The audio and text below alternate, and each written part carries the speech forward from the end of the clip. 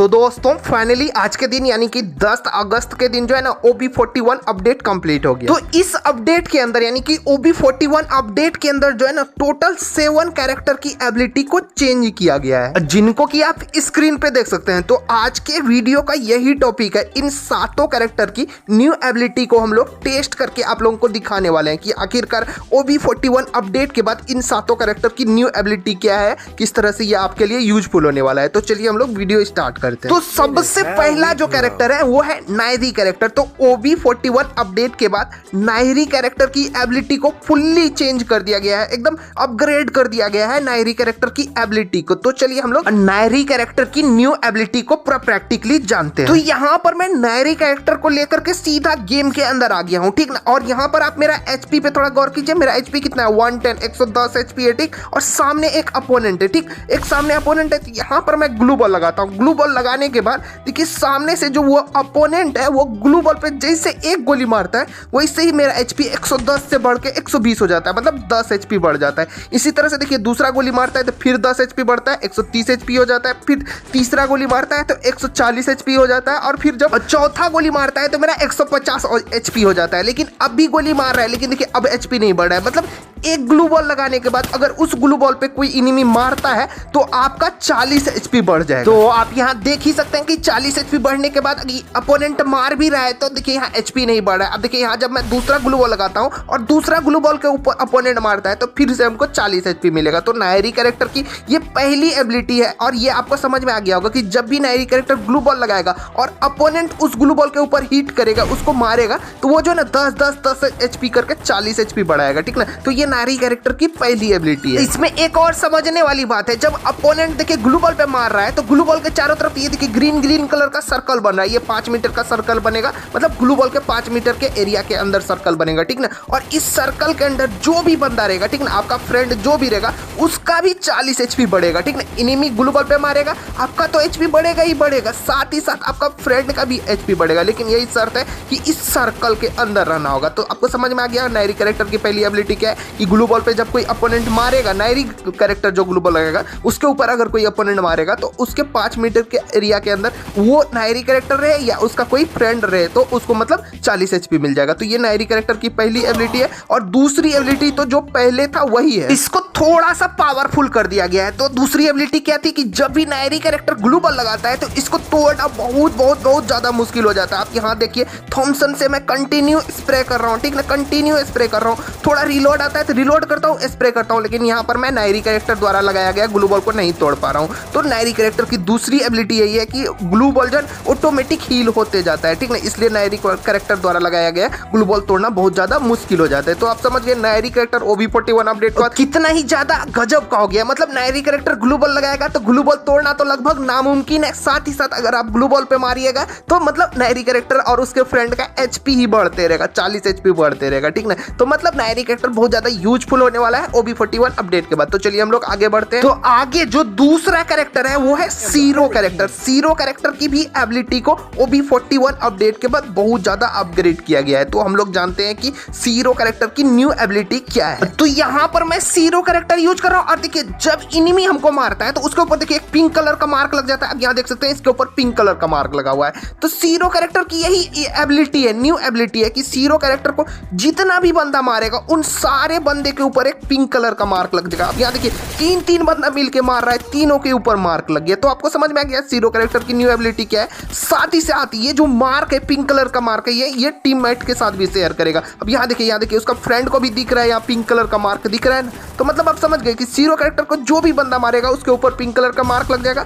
और वो pink colour का मार्क सारे फ्रेंड को भी दिखेगा, मतलब सीरो कैरेक्टर के सारे फ्रेंड को दिखेगा। ये न्यू सीरो कैरेक्टर की एबिलिटी होने वाली है OB41 अपडेट के बाद। तो चलिए हम लोग आगे बढ़ते हैं। तो आगे जो तीसरा कैरेक्टर है वो है एंटोनियो कैरेक्टर। एंटोनियो कैरेक्टर की भी एबिलिटी को OB41 अपडेट के बाद फुल्ली चेंज कर दिया गया है। तो चलिए हम लोग एंटोनियो कैरेक्टर की न्यू एबिलिटी को पूरा डिटेल्स के साथ पूरा प्रैक्टिकली जानते हैं। तो आप लोग स्क्रीन पे देखिए यहाँ पर मैं एंटोनियो कैरेक्टर को लेकर के गेम में आ गया। तो यहाँ पर HP पे ध्यान दीजिए, यहाँ HP 200 है, EP 200, ठीक ना। बीच में आपको नीला कलर का कुछ दिख रहा होगा, ठीक ना। तो ये है शील्ड पॉइंट। तो एंटोनियो कैरेक्टर आता है 40 शील्ड सील्ड पॉइंट के साथ। तो ये सील्ड पॉइंट किस तरह वर्क करता है तो हम लोग जानते हैं। तो देखिए सामने से जब अपोनेंट मारता है तो देखिए सबसे पहले सील्ड पॉइंट खत्म होता है, उसके बाद अब जाकर के मेरा एचपी खत्म होना चालू होता है। मतलब 2 गोली मारता है तो 20 एचपी करके सील्ड पॉइंट पहले खत्म होता है, फिर जाकर के मतलब हमारा रियल एचपी खत्म होना चालू करता है। तो मतलब सील्ड पॉइंट इस तरह से वर्क करता है। उसके बाद एंटोनियो कैरेक्टर की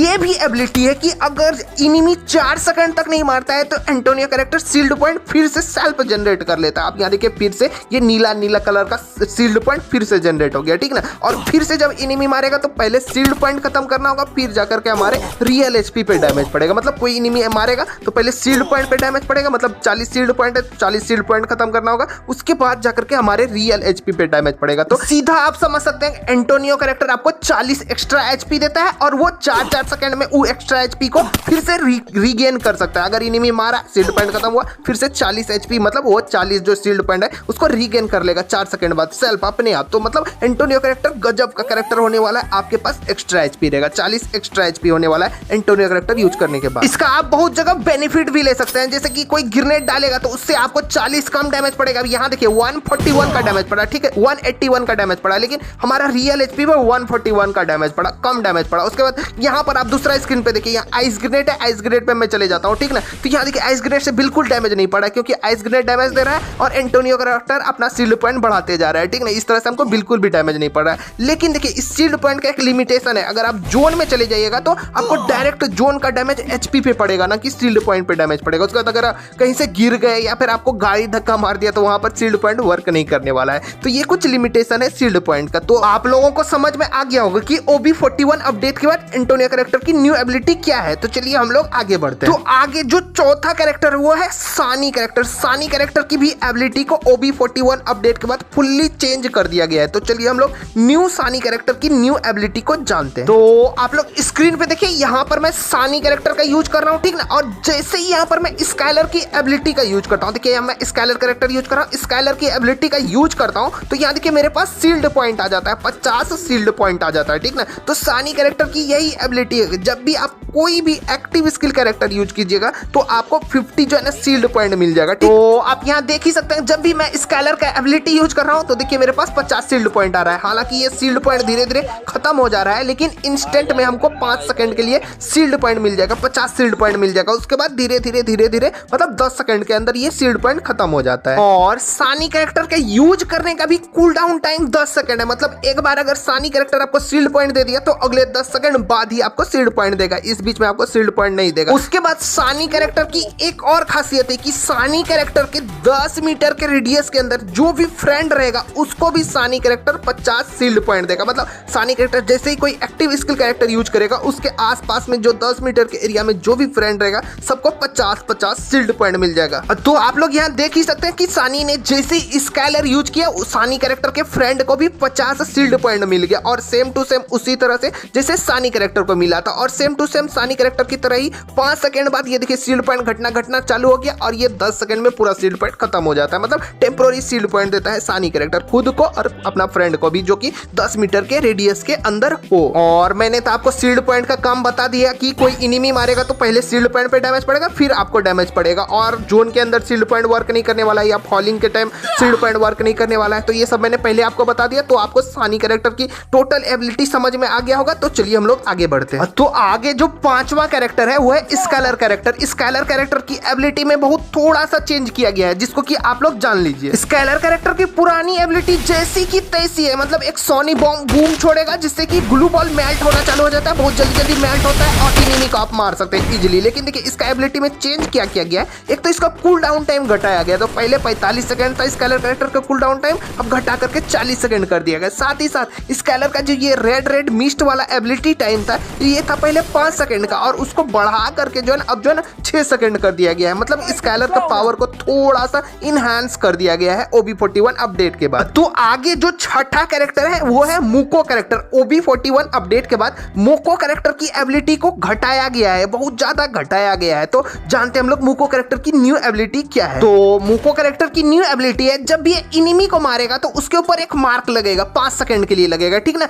ये पहले भी एबिलिटी था लेकिन जब बंदा मूव करता था ये मार्किंग का टाइम 11.5 सेकंड हो जाता था, ठीक ना। लेकिन अब क्या होगा ना कि बंदा अगर मूव भी करेगा तो मार्किंग का टाइम सिर्फ 1.5 सेकंड बढ़ेगा, मतलब 6.5 सेकंड तक ही यह मार्क रहेगा। अगर बंदा मूव कर रहा है, अगर स्टिल खड़ा है तो 5 सेकंड तक ये मार्क रहेगा, और बंदा मूव कर रहा है तो ये 6.5 सेकंड तक ये मार्क रहेगा। तो मूको कैरेक्टर की एबिलिटी को बहुत ज्यादा घटा दिया गया है, कहाँ 11.5 सेकंड और कहाँ 6.5 सेकंड। तो समझ सकते हैं आप मूको कैरेक्टर की एबिलिटी को OB41 अपडेट के बाद कितना ज्यादा घटाया गया है। तो चलिए हम लोग आगे बढ़ते हैं। तो आगे जो 7वां और अंतिम कैरेक्टर है वो है एंड्रू कैरेक्टर। एंड्रू कैरेक्टर की भी एबिलिटी में चेंजेस किए गए हैं। तो एंड्रू कैरेक्टर की एबिलिटी को OB41 अपडेट के बाद घटाया गया है। तो आप लोगों में से बहुत बंदा एंड्रू कैरेक्टर यूज करता होगा, तो आप लोगों के मन में डाउट हो गया होगा कि आपको अब एंड्रू कैरेक्टर यूज करना चाहिए कि नहीं करना चाहिए। तो चलिए मैं डाउट क्लियर कर देता हूं और इलाइट एंड्रू कैरेक्टर की न्यू एबिलिटी को बता देता हूं। तो आप लोग स्क्रीन पे बहुत ज्यादा गौर से देखिए, लेफ्ट में एंड्रू कैरेक्टर है, इलाइट एंड्रू कैरेक्टर, राइट में नॉर्मल कैरेक्टर है, और दोनों के पास 3 लेवल का वेस्ट और हेलमेट है,